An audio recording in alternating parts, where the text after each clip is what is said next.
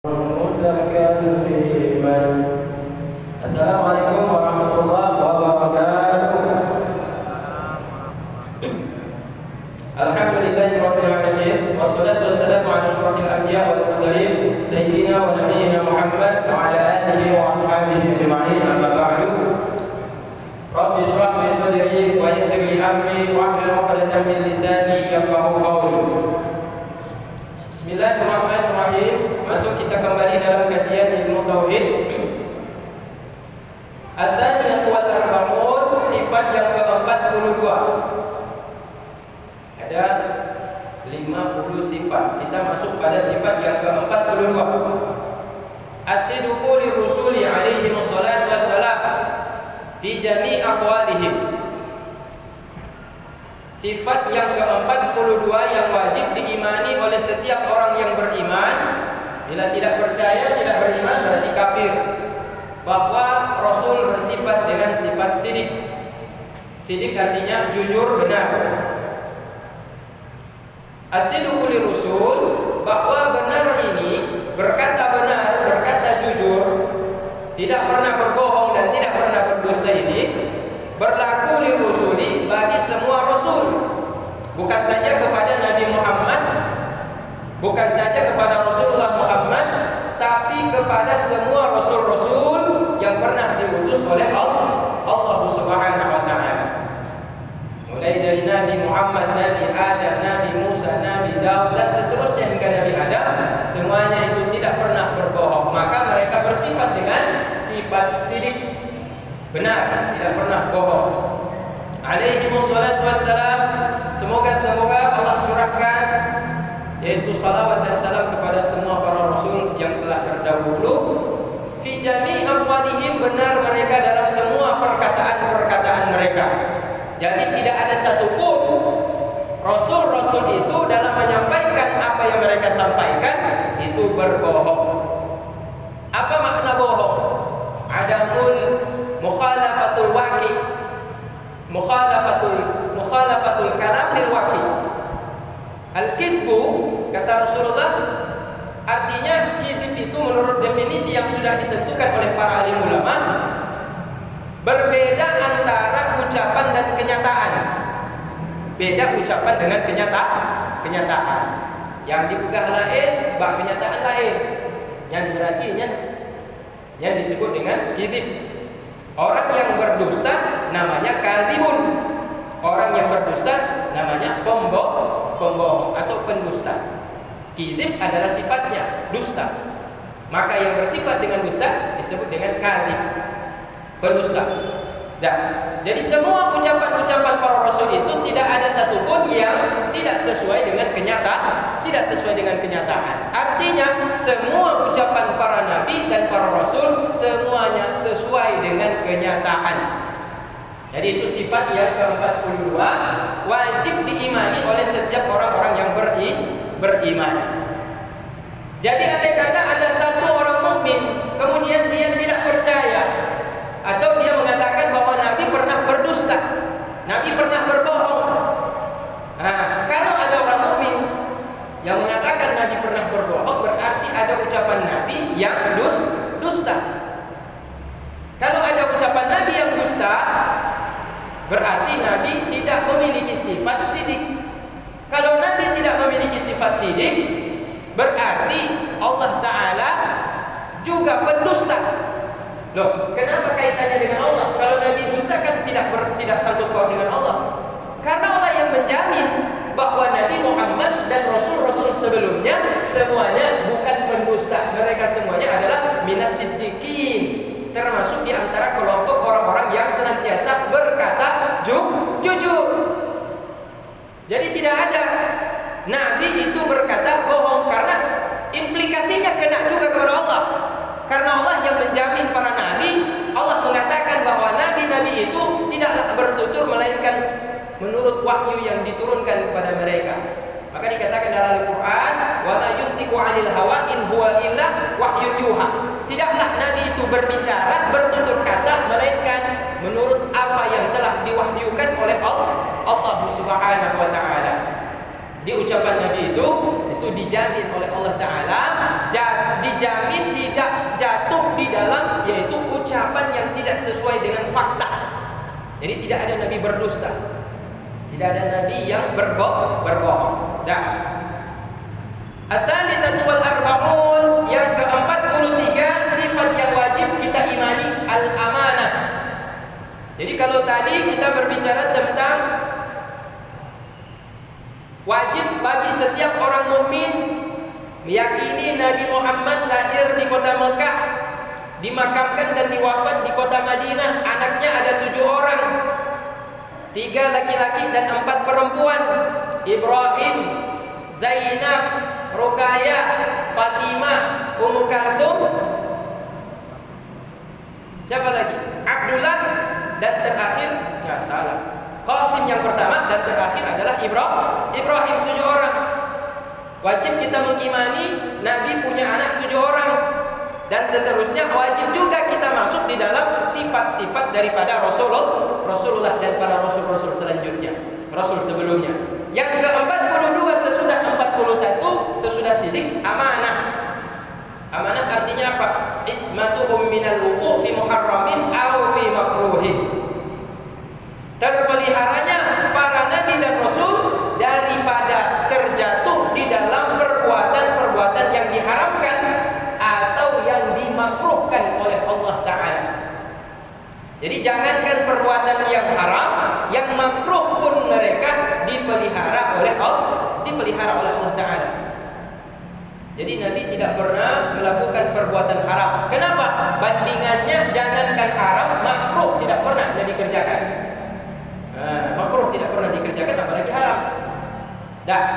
Jadi kalau ada Nabi melakukan dalam satu sejarah, dalam satu riwayat, melakukan perbuatan makruh, perbuatan haram, berarti makruh juga pernah dilakukan oleh Nabi.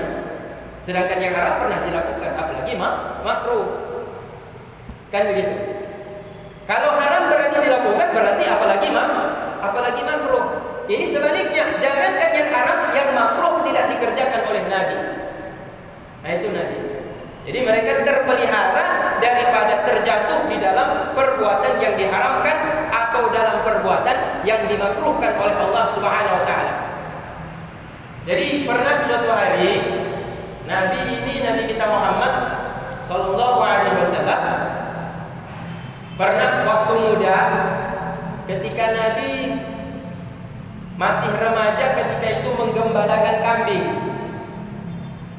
Jadi saat Nabi sedang menggembala kambing, tiba-tiba dari kejauhan terdengar maramis. Maramis itu kalau orang Arab itu apa itu? Gambus. Ya, suara gambus. Ternyata ada pesta nikah di salah satu rumah yang ada di kampung di kota Mekah. Terdengar suara itu oleh Rasulullah, terdengar suara maramis itu oleh Nabi.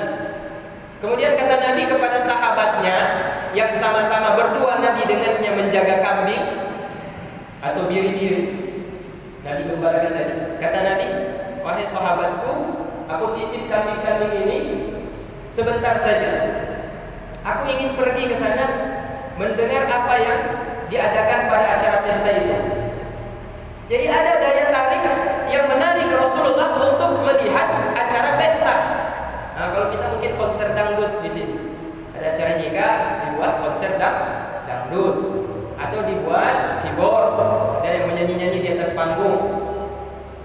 Nabi tertarik pergi Nabi meninggalkan kambingnya, dititipkan kepada sahabatnya. Begitu Nabi melakukan perjalanan hendak menuju ke rumah di mana diadakan maramis tersebut, diadakan pesta nikah yang ada musiknya tersebut, di tengah jalan Nabi tertidur. Di tengah jalan Nabi tertidur. Kemudian ketika Nabi tertidur, Nabi bangun, berjalan lagi. Nabi ingin pergi lagi ke tempat itu karena masih belum selesai acara. Begitu berapa langkah Nabi berjalan, tertidur lagi. Begitu Nabi tertidur, bangunnya udah hampir menjelang malam. Begitu sudah hampir menjelang malam, akhirnya Rasul pulang kembali ke rumahnya. Jadi ini untuk menceritakan kepada kita bahwa Rasulullah adalah basyarun, manusia, punya keinginan sama seperti kita, punya daya tarik, kemauan seperti kita. Tetapi beliau maksum, dipelihara daripada jatuh di dalam muharramin, sesuatu yang diharamkan, atau makruhin, atau sesuatu yang dimakruhkan, dibenci oleh Allah Ta'ala. Jadi Nabi ketika berjalan itu tiba-tiba matanya itu berat sehingga tertidur Rasul. Begitu bangun, berjalan lagi. Ini belum diangkat jadi Nabi. Jalan lagi. Hendak pergi ke tempat tersebut dan ingin mendengar suara musik tersebut. Tapi kemudian Rasulullah ditutupkan matanya oleh Allah Ta'ala sehingga beliau tertidur dan tidak sadar. Begitu sadar, acara pesta nikah itu dengan hiburan musiknya itu sudah selesai diadakan. Jadi Rasul pulang kembali ke tempatnya. Jadi ini diceritakan oleh para sahabat, diceritakan oleh Rasulullah, diriwayatkan oleh para sahabat, diriwayatkan oleh para ahli ulama, menggambarkan kepada kita bahwa Rasulullah juga adalah manusia yang memiliki keinginan sama seperti kita, tapi bedanya Rasulullah Shallallahu Alaihi Wasallam dan para Rasul yang sebelumnya, mereka itu semuanya yaitu dilindungi oleh Allah Ta'ala daripada jatuh dalam melakukan hal-hal yang diharamkan ataupun yang dimakruhkan oleh Allah Subhanahu wa Ta'ala. Nah, ini satu. Yang kedua, contoh, abasa wa tawalla an ja'ahul a'ma.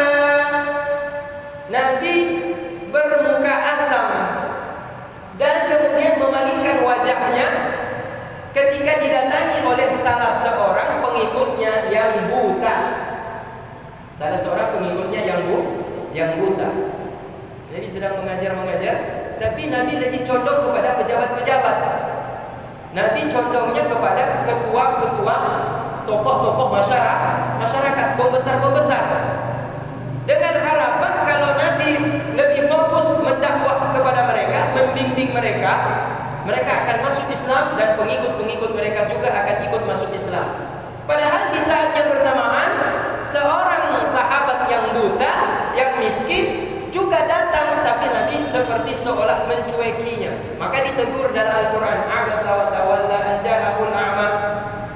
Bahwa Nabi bermuka asam itu beliau memalingkan wajahnya karena condong kepada pejabat, kepada tokoh-tokoh pembesar Quraisy.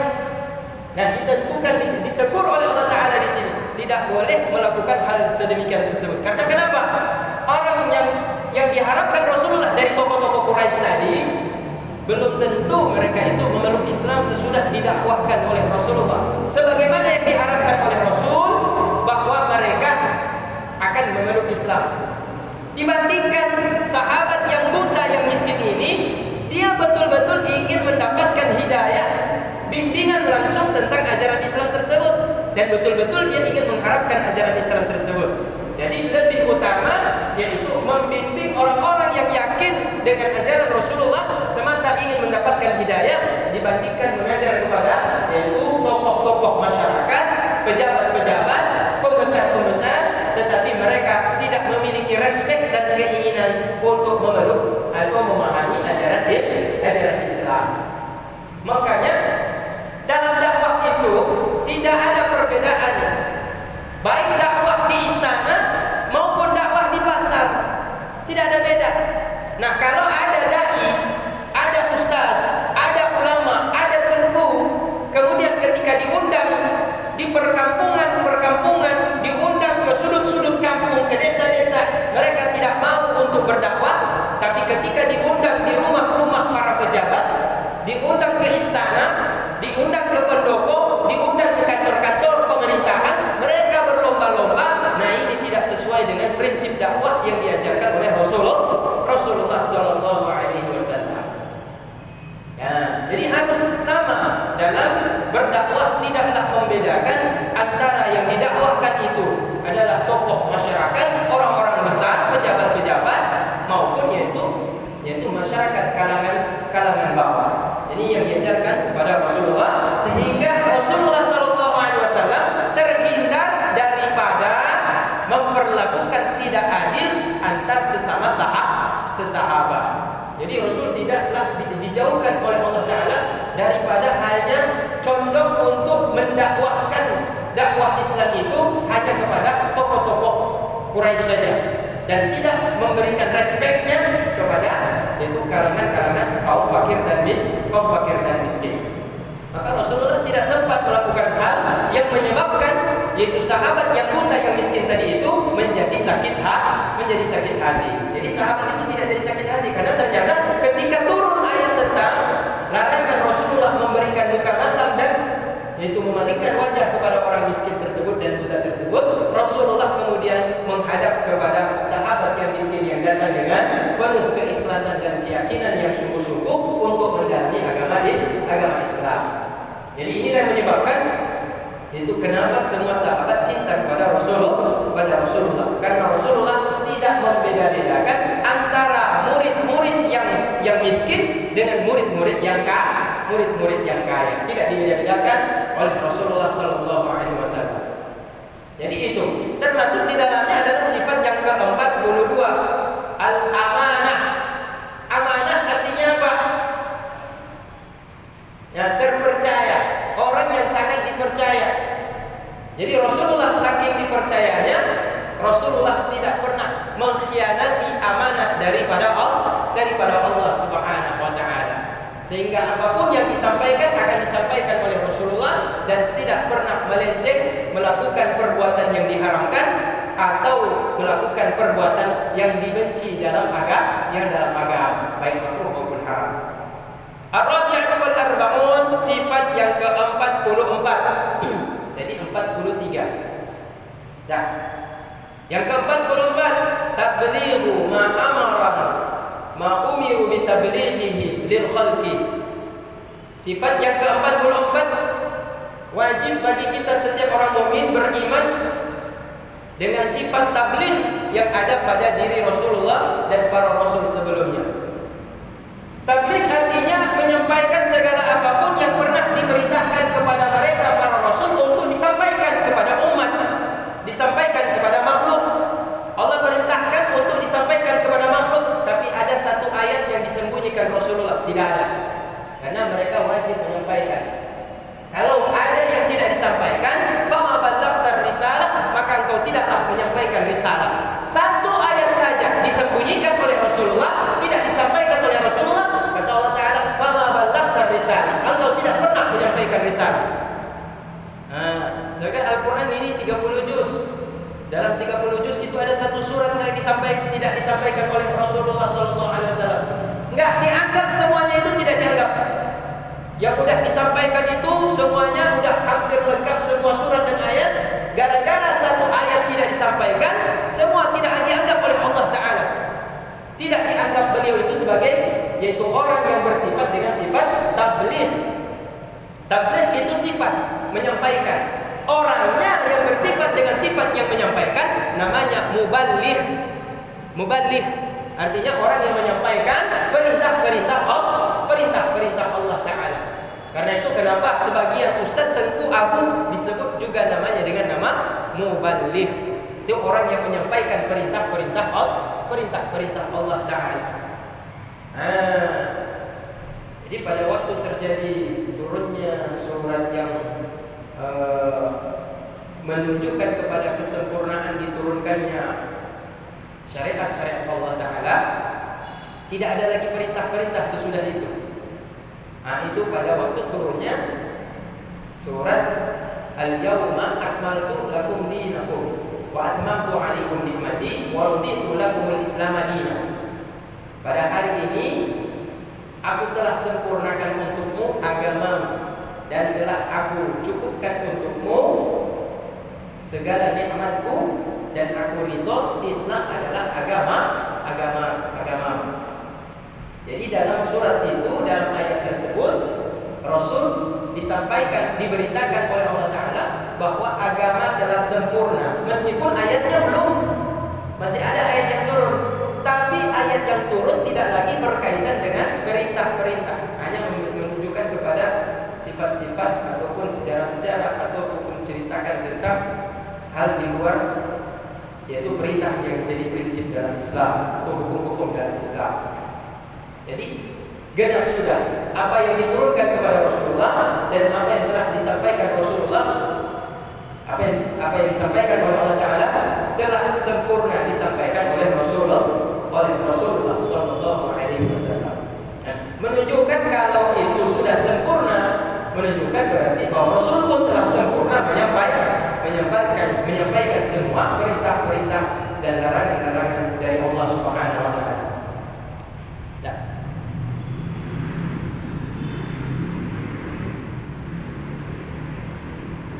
yang dimaksud dengan terpelihara para sahabat daripada melakukan perbuatan yang diharamkan ataupun yang dimakruhkan, yang dimaksud di sini artinya baik perbuatan haram secara lahiriah zahir maupun perbuatan haram secara batin, yaitu secara batiniah. Nah, kalau secara zahiriah Nabi tidak pernah mencuri, Nabi tidak pernah berzina, Nabi tidak pernah meminum khamar, Nabi tidak pernah berbohong, dan perbuatan-perbuatan dosa-dosa yang zahir tidak pernah dikerjakan oleh Nabi. Dan sementara perbuatan-perbuatan yang dilarang secara batin seperti dengki, seperti riya, seperti cinta kepada dunia, nah, penyakit-penyakit hati, dosa-dosa hati itu pun Nabi senantiasa terhindar daripada maksiat-maksiat hati tersebut.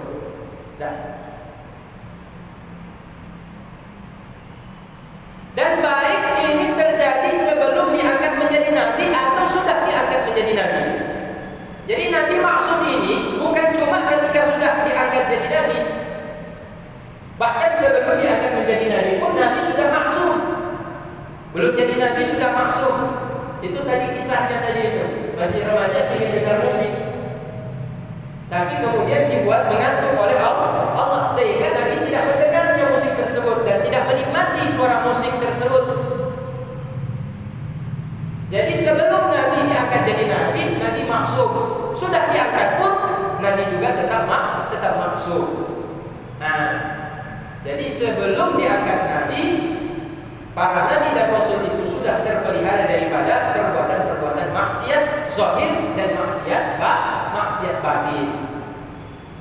Nah, tapi kadang-kadang Nabi itu lupa. Kadang-kadang Nabi itu lupa. Kalau sengaja melakukan kesalahan tidak ada. Nabi sengaja melakukan kesalahan tidak ada, karena mereka maksum. Tapi kalau tidak sengaja melakukan kesalahan itu ada. Kalau tidak sengaja melakukan kesalahan itu ada. Contoh mana? Contoh di sini dikatakan, na'am qad yaqa'u minhum sahwun. Benar. Kadang-kadang jatuh terjadi pada diri Nabi dan Rasul itu kesalahan karena lupa. Tapi itu ada hikmah. Kenapa? Salah satu di antara hikmahnya karena akan muncul hukum di balik kesalahan yang tidak disengaja tersebut. Akan menimbulkan yaitu hukum syariat. Dan kama fi salatin sallallahu alaihi wasallam min as-salat qabla tamamiha. Sama seperti Rasul pernah mengucapkan salam padahal salat belum selesai. Salat belum selesai, masih 2 rakaat. Zuhur itu 4 rakaat.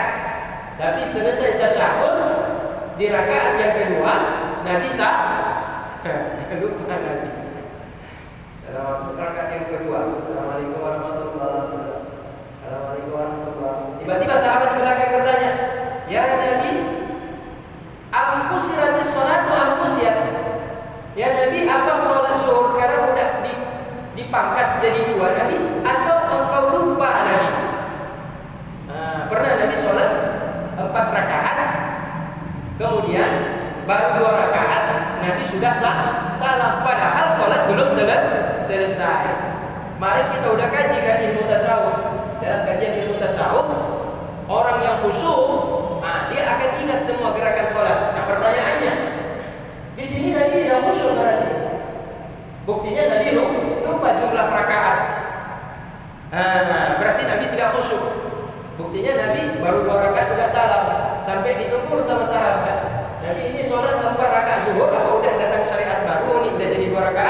atau Nabi lupa? Maka kemudian Nabi menjawab, masih itu, aku lupa.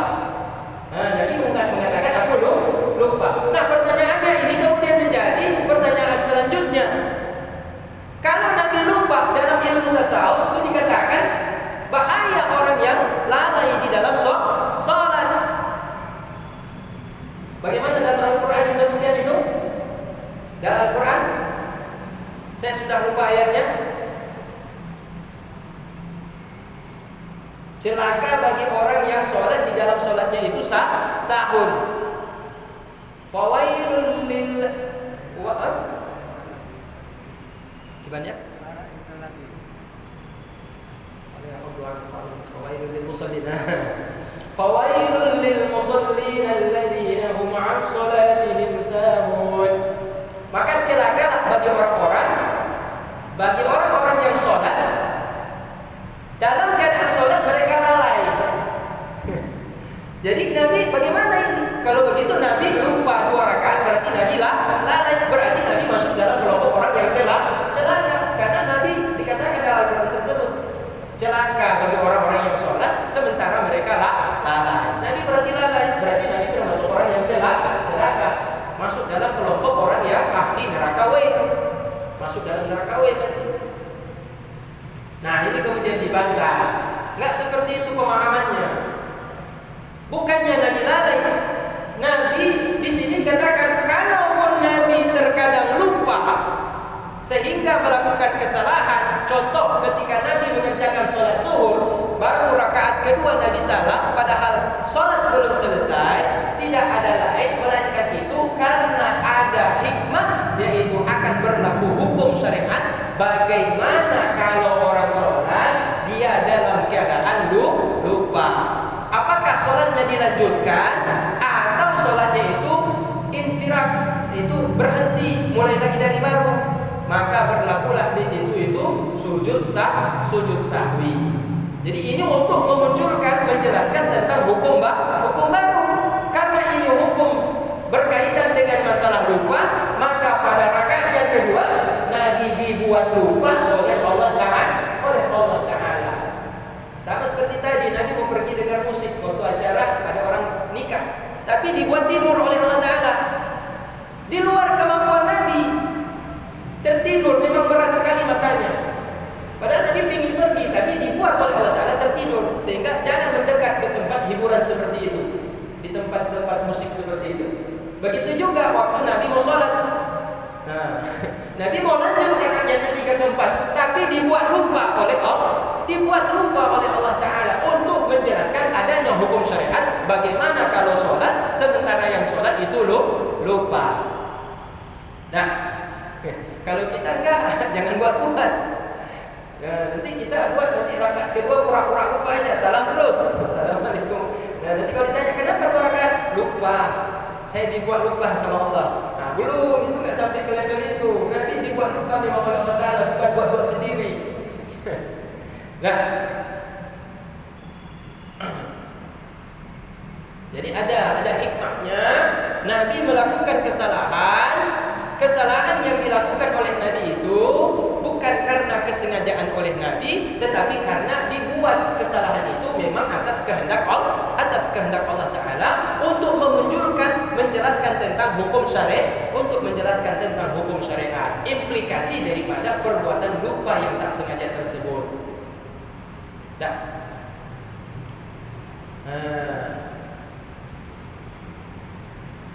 Jadi ini hanya untuk menjelaskan yaitu hukum-hukum sujud sahwi. Jadi ketika orang lupa, maka dia harus menutupi pada rakaat yang terakhir dengan sujud sahwi.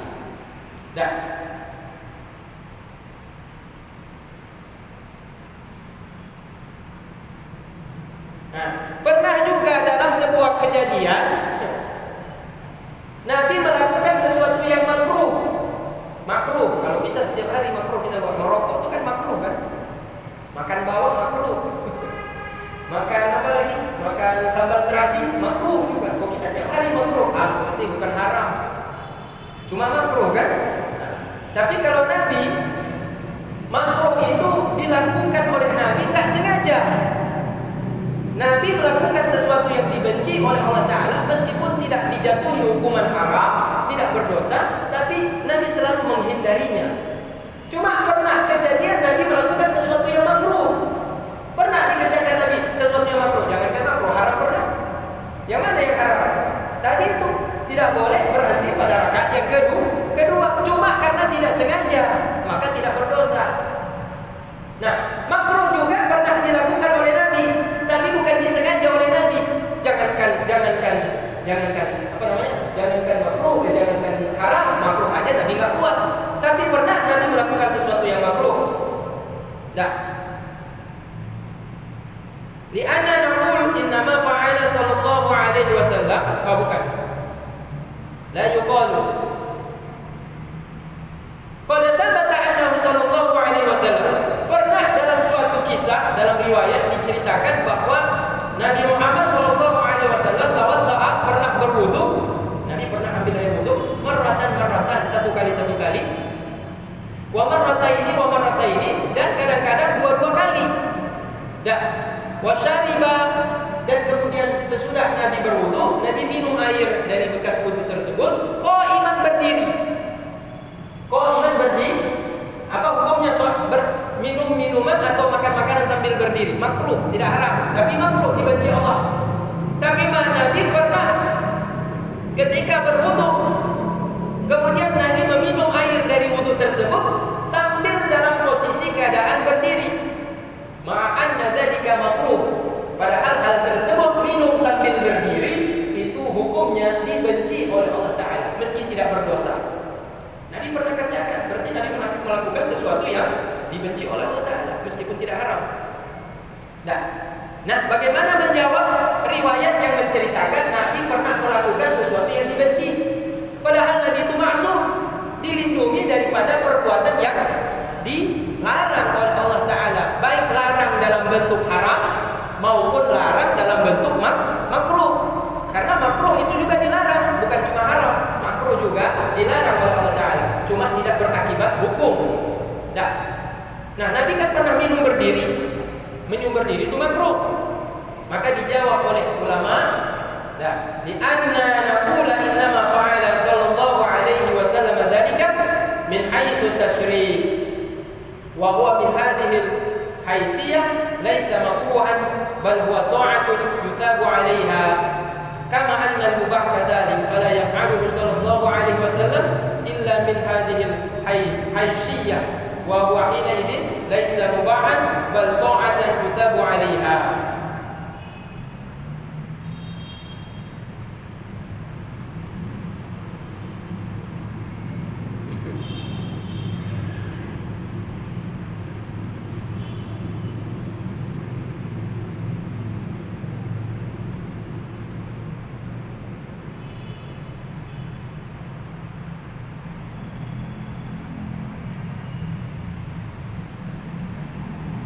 Jadi intinya itu dilupakan oleh Nabi. Jadi dalam kondisi Nabi meminum minuman tersebut dalam keadaan berdiri, Nabi meminumnya dalam keadaan tidak mengingat kalau itu hukumnya makruh ataupun itu dibuat lupa oleh Allah Ta'ala, sehingga Nabi kemudian minum sambil berdiri.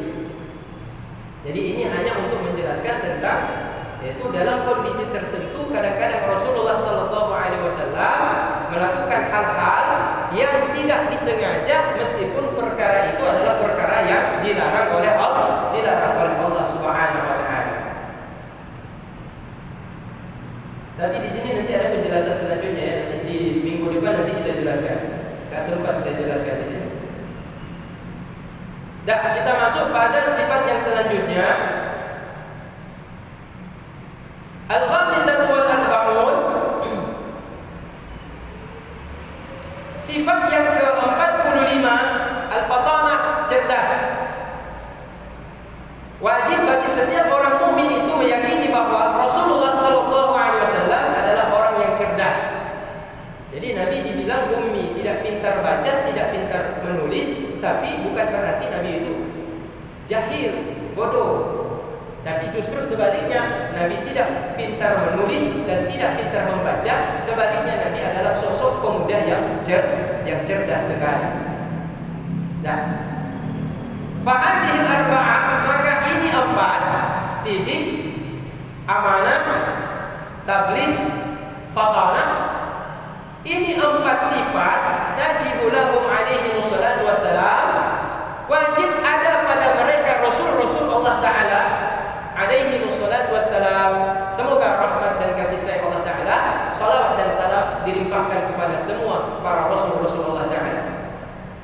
Bima'na annahu la yatasawwaru fil aqli adamuha, dengan pengertian bahwa tidak terlintas dalam pikiran akal manusia, tidak ada sifat 4 tersebut duduk pada setiap Rasul. Jadi kalau ada Nabi tidak bersifat sidik, ada Nabi tidak bersifat tabligh, ada Nabi tidak amanah, ada Nabi tidak fatanah, kalau tidak ada satu di antaranya atau 4-4-nya, maka itu mustahil. Kalau itu mustahil, kalau ada juga, berarti itu bukanlah seorang Nabi dan bukan seorang Nabi dan Rasul. Wa yatawaqqafu al-imanu ala ma'rifati dzalika 'ala al-khilaf, dan wajiblah dan tergantunglah keimanan kita manusia ke atas memahami demikian, yaitu sifat-sifat yang wajib pada Rasul. Jadi baru iman kita ini sempurna andai kata kita memahami bahwa sifat yang 4 tersebut makna-maknanya ada duduk pada diri para Rasul. Nah, wa yastaqilu alaihim as-salat wassalam adadatu hadhihi al-arba'. Sebaliknya mustahil sifat-sifat lawan-lawan daripada ini sifat yang 4 duduk pada diri para Rasul-Rasul tersebut. Dan wahia al-kidbu, dan sifat-sifat yang merupakan lawan daripada sifat-sifat yang wajib adalah sifat-sifat mustahil. Mana itu? Yang pertama, sifat sidik, benar, jujur. Lawannya adalah al-kidbu, dusta, bohong. Jadi kidbu ini adalah lawan daripada sidik, mustahil ada pada setiap Rasul. Yang kedua, al-khianat, berkhianat. Sifat yang kedua wajib pada Nabi, amanat, menyampaikan semua yang pernah diperintahkan Allah Ta'ala. Jadi tidak pernah berkhianat. Lawan daripada amanat adalah khianat, dan khianat ini adalah sifat yang mustahil duduk pada para Rasul. Khianat bagaimana maksudnya? Melakukan sesuatu yang haram atau melakukan sesuatu yang makruh. Nah, secara sengaja, tapi kalau lupa, nah itu pernah terjadi pada diri Nabi. Kalau lupa tidak masalah. Ada hikmah di balik lupanya Nabi melakukan sesuatu yang diharamkan atau yang dimakruhkan. Yang sengaja itu yang mustahil ada pada diri Nabi dan Rasul. Yang ketiga, al-katman bi syai'in mimma amara bitabligh mimma umiru bitablighihi. Yang ketiga, lawan daripada sifat yang wajib, tabligh, menyampaikan semua yang pernah diperintahkan oleh Allah Ta'ala. Lawan daripada menyampaikan berarti apa?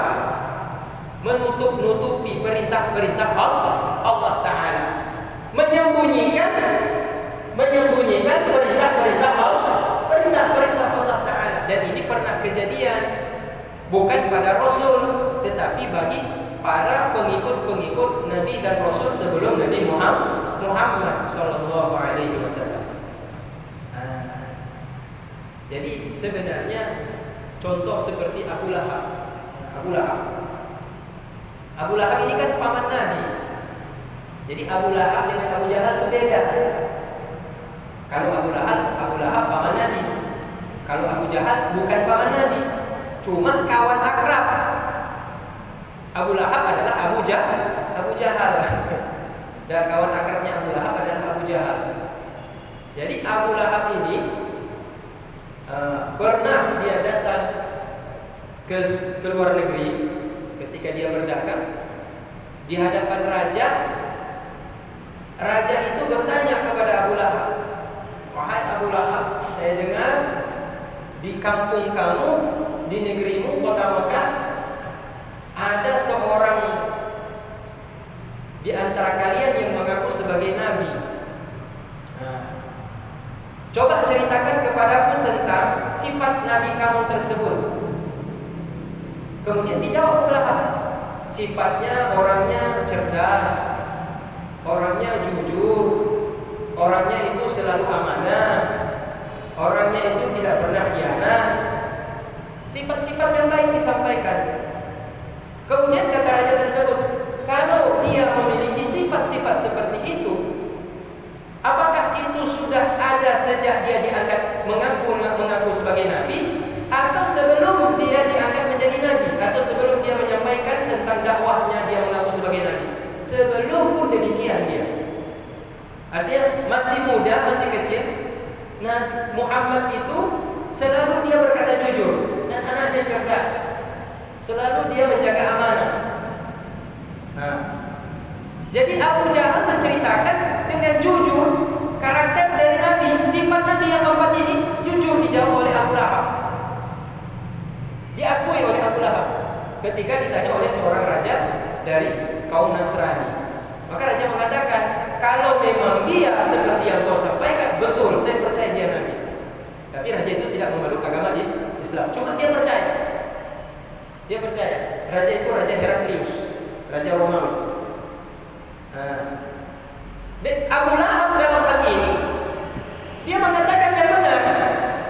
Dia mengatakan hal yang jujur. Tapi masalahnya Abu Lahab tidak mau percaya. Karena apa? Karena gengsinya luar biasa. Gengsinya luar biasa. Ada kan orang tuh seperti itu tuh kan? Dia tahu kebenaran itu ada pada seseorang tersebut. Bahwa Tengku itu, Ustadz itu, Abu itu betul dia. Tapi ketika dia sampaikan, Abu itu menyampaikan, dia nggak percaya. Nah itu jadi lawan tuh. Itu seperti Abu Lahab. Dia nggak mau dengar tuh. Itu contoh seperti yang ada dalam kisah Abu Lahab tadi tersebut. Nah, jadi Abu Lahab mengakui kejujuran, kemuliaan dan akhlak daripada Rasulullah, meskipun dia tidak mau beriman. Nah, jadi di sini dikatakan bahwa mustahil Rasulullah bersifat dengan lawan daripada yang empat. Kalau Rasulullah bersifat dengan sidik, yaitu jujur, maka lawannya kizib, mustahil pada Rasulullah. Nggak mungkin Nabi itu dia berdusta. Kalau Nabi Muhammad itu bersifat dengan sifat amanah, maka mustahil Nabi Muhammad dan Rasul sebelumnya bersifat dengan khianat.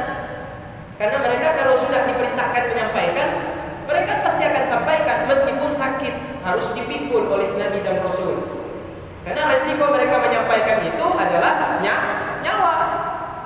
Ketika mereka menyampaikan qul huwallahu ahad, mereka katakan bukan, Tuhan kami berhala. Resikonya kan nyawa. Mereka harus berhadapan dengan orang-orang yang merasa dilecehkan Tuhan-Tuhan berhala mereka. Tapi karena ini perintah Allah Ta'ala, katakan Muhammad, maka wajib Nabi tetap menyampaikan risalah tersebut. Qul huwallahu ahad. Katakan oleh Muhammad, dianya Allah Ta'ala itu ahad. Allah Ta'ala itu esa. Gak ada Tuhan berhala-berhala itu, gak ada.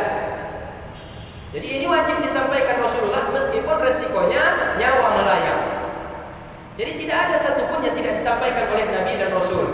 Nah kalau kita ini pengecut banyak. Jangankan kalau mau dibilang pengecut banyak. Kita mau bicara tentang kesalahan pemerintah aja gak berani kita, takut masuk penjara. Ya kan? Nah kalau Nabi tidak takut Nabi. Kalau Nabi udah resiko, ya udah kalau mau dipenjara, mau dibunuh ya dibunuh. Maka mereka ini bersifat dengan sifat tabligh. Menyampaikan apapun yang diperintahkan dan tidak pernah menutup-nutupi perintah-perintah Allah Ta'ala. Nah, kemudian mustahil bagi Rasulullah SAW serta Rasul-Rasul yang lain itu lawan daripada sifat. Kalau tadi sidik lawannya kizib, kemudian amanah lawannya khianat, kemudian tabligh lawannya tabligh, katman, menyampaikan lawannya adalah menyembunyikan perintah Allah Ta'ala. Mustahil pada diri Nabi dan Rasul-Rasul sebelum Nabi Muhammad SAW. Ya. Yang terakhir, Nabi bersifat dengan cerdas, fatanah. Mana bukti kecerdasan Nabi? canda dengan itu orang-orang tua dalam majelis pengajian. Kata Nabi Muhammad, kelak nanti orang-orang yang akan masuk ke dalam surga semuanya adalah orang-orang muda. Yang masuk dalam surga hanyalah orang-orang yang usianya muda. Tapi kemudian ada seorang nenek-nenek perempuan menangis. Nenek tersebut berkata, "Ya Rasulullah, bagaimana dengan kami yang tua-tua ini ya Rasulullah? Bagaimana dengan kami yang tua-tua ini ya Nabi? Kalau yang masuk dalam surga hanya orang-orang muda, maka kami yang tua-tua ini bagaimana? Apakah kami ahli neraka ya Nabi?" Kemudian Nabi tertawa. Nabi kemudian menjelaskan, maksud saya bahwa setiap orang itu akan dikembalikan pada usia yang paling ideal, usia yang paling indah, usia yang paling baik. Usia yang paling baik ya usia 17-an. Usia 17-an kan? Nah, coba lihat anak gadis yang paling cantik umur berapa? 17 tahun, 18 tahun. Jadi yang usia 60, 80 bagaimana waktu masuk surga?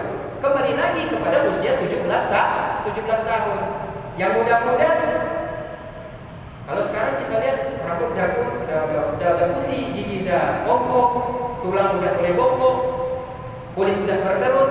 Nah, dia akan kembali lagi pada usia, pada waktu dia muda itu paling tampan dan paling kuat fisiknya. Jadi orang tua tidak masuk surga.